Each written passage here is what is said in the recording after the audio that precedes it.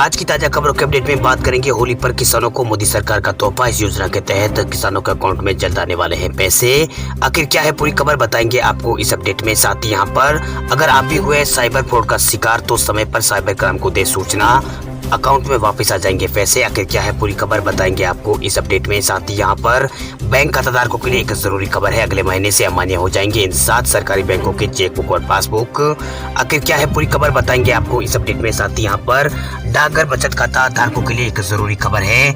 इसके अलावा यहाँ पर रेल यात्रियों के लिए खुशखबरी है। इसके अलावा 1 अप्रैल से केंद्रीय विद्यालयों में शुरू होंगे रजिस्ट्रेशन। इस खबर को जानेंगे पूरे विस्तार से। साथ ही यहाँ पर अब आप LPG सिलेंडर मात्र 119 रुपए में पा सकते हैं। आखिरी मौका है आपके पास, इस ऑफर का आप उठा सकते हैं लाभ। आखिर क्या है पूरी खबर बताएंगे आपको इस अपडेट में। साथ ही आज की तमाम बड़ी और काम की खबरों की बात करेंगे इस अपडेट में। बात करते हैं आज की पहली बड़ी खबर की, तो होली पर किसानों को मोदी सरकार का तोहफा। इस योजना के तहत किसानों के अकाउंट में आने वाले हैं जल्द पैसे।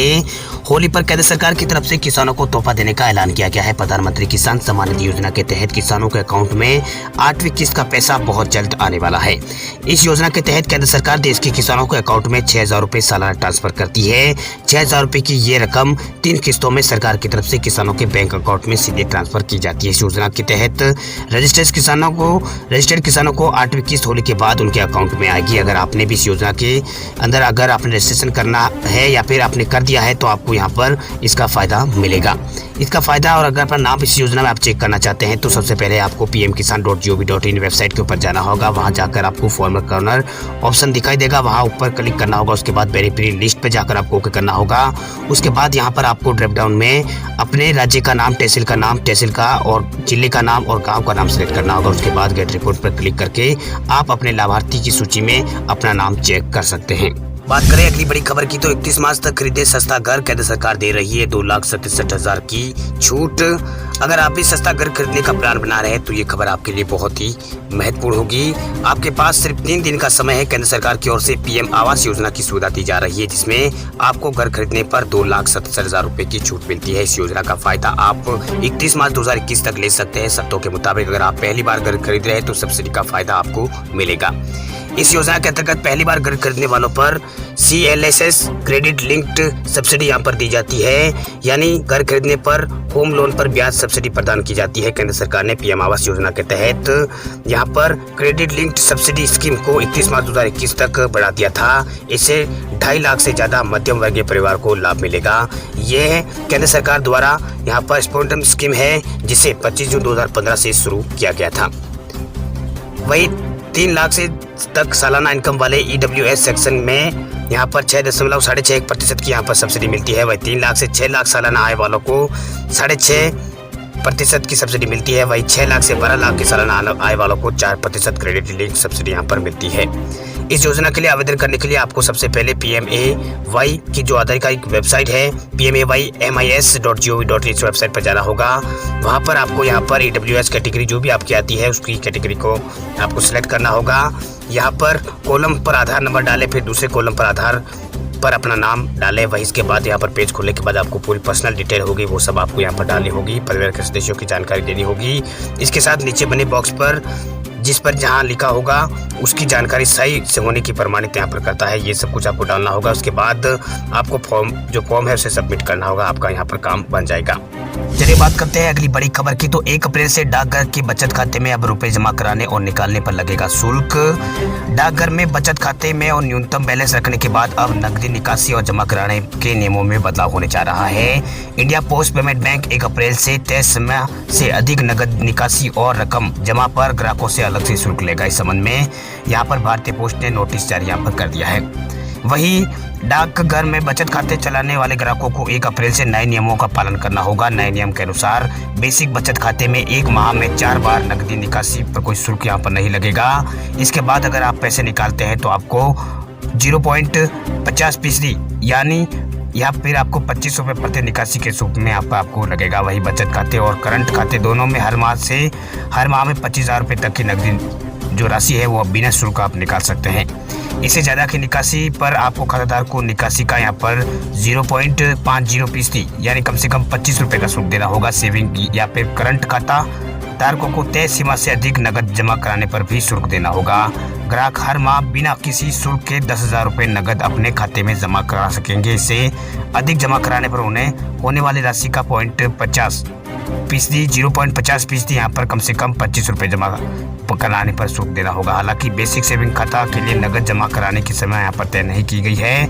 वहीं इंडिया पोस्ट पेमेंट बैंक ने अपने आधार यानी ESPS के नियमों में बदलाव कर दिया है, जो 1 अप्रैल से लागू होंगे। डिजिटल बचत खाता केवल 1 वर्ष के लिए वैध होता है। खाता खोलने के 1 साल के भीतर आपको उस खाते में बायोमेट्रिक प्रमाणीकरण पूरा कराना होगा, जिसके बाद से नियमित बचत खाते में नियमित खाते में बदल दिया जाएगा।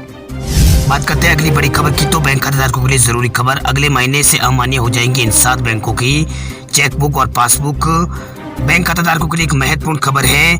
1 अप्रैल 2021 यानी अगले महीने से देश के 7 सरकारी बैंकों के ग्राहकों की जो पुरानी चेकबुक है, पासबुक है या फिर IFSC कोड है, ये सभी अमान्य हो जाएंगे। यानी आप अपने पुराने चेकबुक के जरिए किसी भी तरह का कोई भी पेमेंट यहाँ पर नहीं कर पाएंगे। पासबुक से आप कोई भी तरह का पैसे नहीं निकाल पाएंगे, ना ही आप जमा करवा पाएंगे। इसलिए अगर आपका खाता इन सार्वजनिक बैंकों में है तो आपको इसी महीने चेकबुक या फिर पासबुक है जो सभी को आपको यहाँ पर बता देनी चाहिए। आपको बता दें कि 7 बैंकों का दूसरे बैंकों में विलय हुआ है। विलय होने के बाद इनके बैंकों के खाताधारकों को IFSC कोड और MCR कोड में बदलाव होने की वजह से 1 अप्रैल 2021 से बैंकिंग सिस्टम पुराने चेक को अमान्य कर देगा, पुराने पासबुक को अमान्य कर देगा। इसलिए इन सभी बैंकों के ग्राहक तुरंत अपनी शाखा में जाकर नए चेकबुक के लिए आवेदन करें। वह बैंक जिनका दूसरे बैंकों में विलय हो गया है उनमें देना बैंक है, विजया बैंक है, ओरिएंटल बैंक ऑफ कॉमर्स है, यूनाइटेड बैंक ऑफ इंडिया है, इलाहाबाद बैंक है, आंध्रा बैंक है और कॉर्पोरेशन बैंक, इन सभी का विलय हो गया है। आपको बता दें कि देना बैंक और विजया बैंक का विलय तो बैंक ऑफ बड़ौदा में हुआ है। ये विलय 1 अप्रैल 2019 को प्रभावी हो गया था। इसके बाद ओरिएंटल बैंक ऑफ कॉमर्स और यूनाइटेड बैंक ऑफ इंडिया का विलय पंजाब नेशनल बैंक के अंदर हो गया। यानी इन बैंकों के ग्राहक पंजाब नेशनल बैंक के ग्राहक हो गए हैं। यानी इनको पंजाब नेशनल बैंक में जाकर अपनी जो डायरी वगैरह है वो यहाँ पर पासबुक वगैरह यहाँ पर चेकबुक यहाँ पर लेनी होगी। इसके अलावा जो इंडियन बैंक है उसका विलय इलाहाबाद का जो बैंक है उसका विलय इंडियन बैंक में हो गया। यानी इलाहाबाद की जो कस्टमर है इस इलाहाबाद बैंक के वो इंडियन बैंक में जाकर अपनी नई पासबुक वगैरह ले सकते हैं। इसके अलावा union bank of India Andhra bank corporation का विलय इसमें हो गया है। वही आंध्रा बैंक का विलय यूनियन बैंक ऑफ इंडिया में हो गया है। बैंक का यहाँ पर नया नाम यूनियन बैंक ऑफ इंडिया इसका कर दिया गया है। 1 अप्रैल 2020 को इसका प्रभावी ये हुआ था। वही बैंक में बचत या कार्ड का खुलवाते समय बैंक ग्राहकों को चेकबुक देता है। चेकबुक की मदद से ग्राहक पैसे की लेन देन कर सकता है। चेकबुक में IFSC कोड और MICR कोड होता है। इन बैंकों के ग्राहकों के पास जो पुराने चेकबुक है उसमें पुराने बैंक के ही IFSC कोड और MCI कोड है, लेकिन ये अब बदल जाएंगे। इसलिए आप जल्द से जल्द यहाँ पर नई पासबुक के लिए आवेदन कर ले। चलिए बात करते हैं अगली बड़ी खबर की, तो LPG सिलेंडर मात्र 119 रुपए में पाने का है आखिरी मौका। पेटीएम के इस जबरदस्त ऑफर का आप भी उठा सकते हैं लाभ। LPG सिलेंडर अब आपको 119 रुपए में मिल सकता है। इस ऑफर का फायदा उठाने के लिए आपके पास आखिरी मौका है। 14 किलो और 200 ग्राम वाले LPG सिलेंडर की कीमत इस वक्त यहाँ पर 800 और 19 रुपए चल रही है। ये सिलेंडर आपको यहाँ पर 119 रुपए में मिल सकता है, यानी 700 रुपए का आपको कैशबैक मिल सकता है। ये ऑफर केवल 31 मार्च तक है। आप इस ऑफर का फायदा उठा सकते हैं, लेकिन इसके लिए आपको यहाँ पर जल्द ही अप्लाई करना होगा। दरअसल पेटीएम से गैस सिलेंडर की बुकिंग पर अधिकतम 700 रुपए का कैशबैक दिया जा रहा है। ये कैशबैक केवल उन्हीं लोगों के लिए है जो पेटीएम से पहली बार गैस सिलेंडर की बुकिंग करते हैं। ऐसे में दिल्ली में जो सिलेंडर की कीमत है वो 819 रुपए है। वही 819 रुपए कीमत वाला LPG सिलेंडर आपको 119 रुपए में मिल सकता है। इस ऑफर ये जो ऑफर है मात्र 31 मार्च तक ही है, जिसमें कुछ ही दिन यहाँ पर शेष बचे हैं। ऐसे में आप इस ऑफर का लाभ उठाना चाहते हैं तो हम आपको बताते हैं कि क्या करना है। सबसे पहले आपको पेटीएम ऐप डाउनलोड करना होगा गूगल प्ले स्टोर पर जाकर। वहां जाने के बाद में इस ऐप को आपको खोलना होगा। उसके बाद में बुक के सिलेंडर के ऊपर आपको क्लिक करना होगा। वहां जाकर अपने मोबाइल नंबर और LPG सिलेंडर जो आपकी डायरी में नंबर दिए हुए हैं वो नंबर आपको डालने होंगे। इसकी LPG ID डालनी होगी। उसके बाद में आपको पेटीएम के जरिए पेमेंट करना होगा। पेटीएम के जरिए पेमेंट करने के बाद आपको यहाँ पर 700 रुपए कैशबैक आपके खाते में वापस पेटीएम के उसी अकाउंट में आ जाएंगे जिससे आपने ये जो गैस सिलेंडर बुक किया था 819 रुपए में। अब बात करते हैं अगली बड़ी खबर की, तो 25 अप्रैल को प्रस्तावित राजस्थान रीट परीक्षा हुई है स्थगित। अब 20 जून 2021 को होगी परीक्षा। राजस्थान माध्यमिक शिक्षा बोर्ड ने 25 अप्रैल 2021 को प्रस्तावित राजस्थान रीट परीक्षा को स्थगित कर दी है। रीट परीक्षा के स्थगन संबंधी नोटिस बोर्ड की ऑफिशियल वेबसाइट पर उपलब्ध है। सभी परीक्षार्थी से यहाँ से चेक कर सकते हैं। इसके साथ ही राजस्थान बोर्ड ने रीट परीक्षा 2021 की नई तारीखों का भी ऐलान कर दिया है। अब यह परीक्षा 20 जून 2021 को आयोजित की जाएगी। वहीं राजस्थान बोर्ड द्वारा जारी नोटिस में कहा गया है कि राजस्थान माध्यमिक शिक्षा बोर्ड ने 25 अप्रैल 2021 को होने वाली राजस्थान अध्यापक पात्रता परीक्षा यानी रीट को स्थगित यहाँ पर की जाती है। यह परीक्षा माननीय मुख्यमंत्री अशोक गहलोत द्वारा बजट सत्र में विधानसभा से की गई घोषणा की क्रियान्वित हेतु आर्थिक रूप से कमजोर वर्ग के कैंडिडेट को अवसर देने जाने के कारण स्थगित की गई है। आर्थिक रूप से कमजोर वर्ग को मौका देने की यहाँ पर आर्थिक रूप से कमजोर वर्ग के मौका देने को मुख्यमंत्री की ओर से एक ऐलान पूरा करने के लिए रीट परीक्षा को स्थगित किया गया है। अब ये परीक्षा 20 जून 2021 को आयोजित की जाएगी। राजस्थान बोर्ड रीट परीक्षा स्थगित होने के संबंध में जारी नोटिस के मुताबिक राजस्थान माध्यमिक शिक्षा बोर्ड के अध्यक्ष और रीट के मुख्य समन्वयक डॉक्टर DP जारौली ने शनिवार को बताया है कि मुख्यमंत्री के निर्देशानुसार शीघ्र ही आर्थिक रूप से पिछड़े वर्ग यानी EWS के अभ्यर्थियों को रीट परीक्षा के लिए आवेदन करने का मौका देंगे।